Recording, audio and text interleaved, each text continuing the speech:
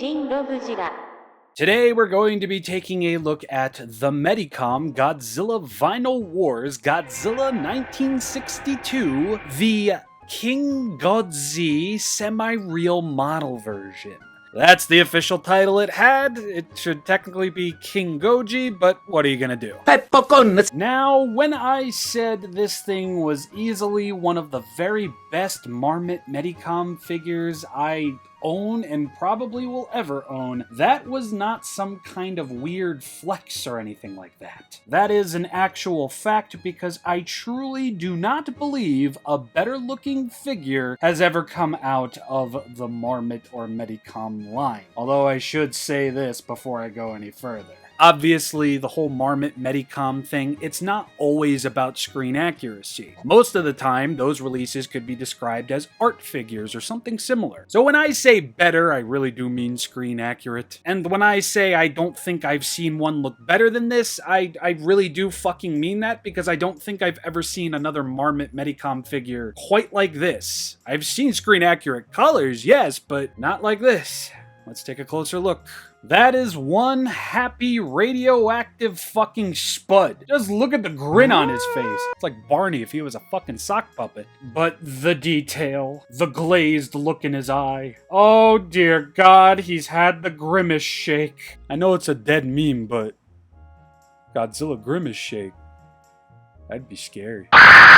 Regardless of Godzilla's grimace shake addiction, we have some nicely painted teeth, and I feel the overall color they went with, both for the teeth and for the inside of the mouth, just looks nice, even if it adds a more not all that screen accurate look to the figure. I mean, I don't know why I care about screen accuracy, because so far, when it comes to all of the KingGodzi figures that I own, one's metallic green and black, one's blue, one's green again with straight silver dorsal fins, and then I'm pretty sure another one is just straight fucking green with no other mentionable color whatsoever. But anyway, right here, you're going to be able to tell that there is a specific paint method going on here to help highlight the raises in Godzilla's skin. No, this is not just a trickery of lighting. There is a paint application present on nearly every bump and groove of Godzilla's body. And no, it's not just dust either. I'm aware this guy is rather dusty. And no, it's not dust. I am very aware that this guy is dustier than he should be. But no, this is absolutely an intended paint application that Marmot, Medicom, whoever actually was going for. And again, I love that we can see that pretty much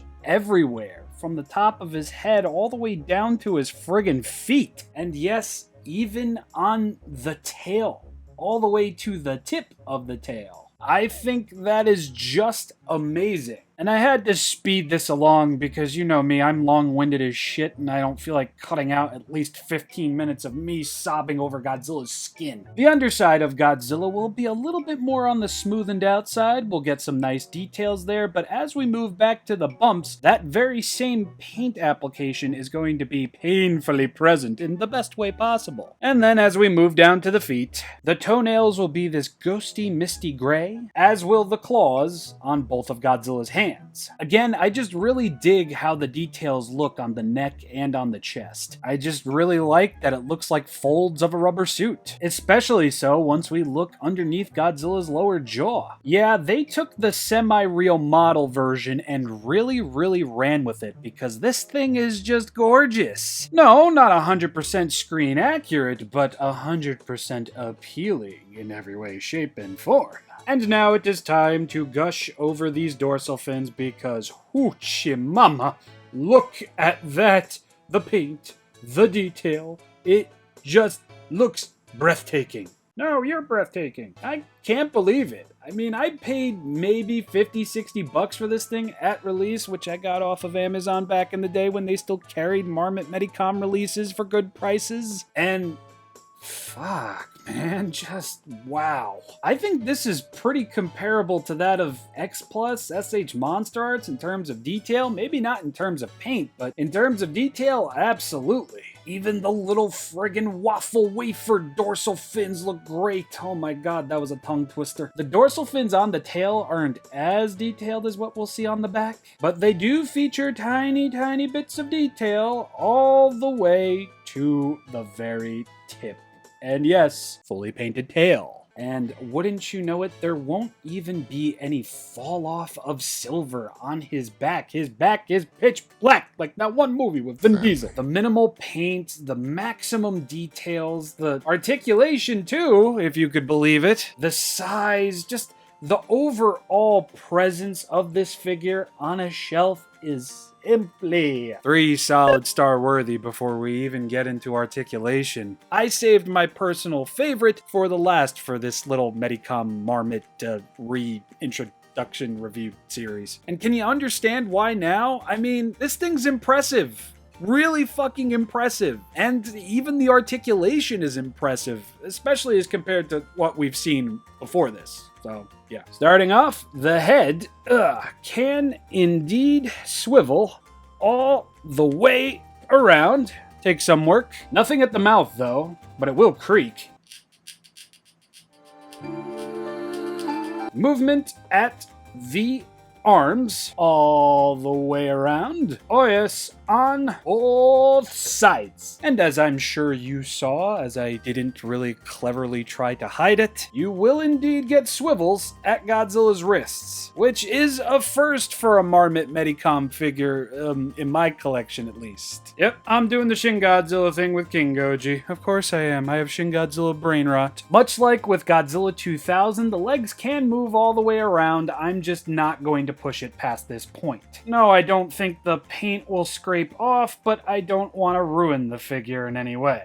We will, however, be able to go all the way around at the tail, over here, and over here. Oh yes, double articulation in the tail. Which means KingGodzi is going to get another solid star in terms of articulation, which comes up to a rousing 4 solid stars across this figure's offerings. I love it to death, and just the fact that this is one of my very favorite Godzilla designs of all time only sweetens the deal that this figure offers, whatever. Size comparison time. Marmot Shin, King Series Shin, more Bandai Shin, KingGodzi, Kaiju Shiramaru Dashi, Megalo Goji. Hey, that's mildly adequate. Hopefully now you all understand why this guy was last, and I hope you're not mad at me for essentially just showing off a bunch of figures you may not have thought were cool as compared to this one. I'm sorry. And for those of you who don't know, this is like the 3rd time I've made a video on this thing. I love it that much. Maybe one day I'll re-release those videos to the public, but until then, no. You think I'm cringe now? You should have seen how bad I was back in the day. You lucky little That is about going to wrap it up for the Marmot / Medicom re-review mini-marathon thing. I do so hope you all enjoyed, and maybe I'll take a look at Mustard King Megalon again in not 5 minutes. Social media, Patreon, $1 a month, access to everything, including this video, which will probably be up on Patreon for at least a week or 2 before it actually releases publicly. I have been ShinRobjira, and I'll see you all next time where, it's either going to be a new release or... Come. Bye.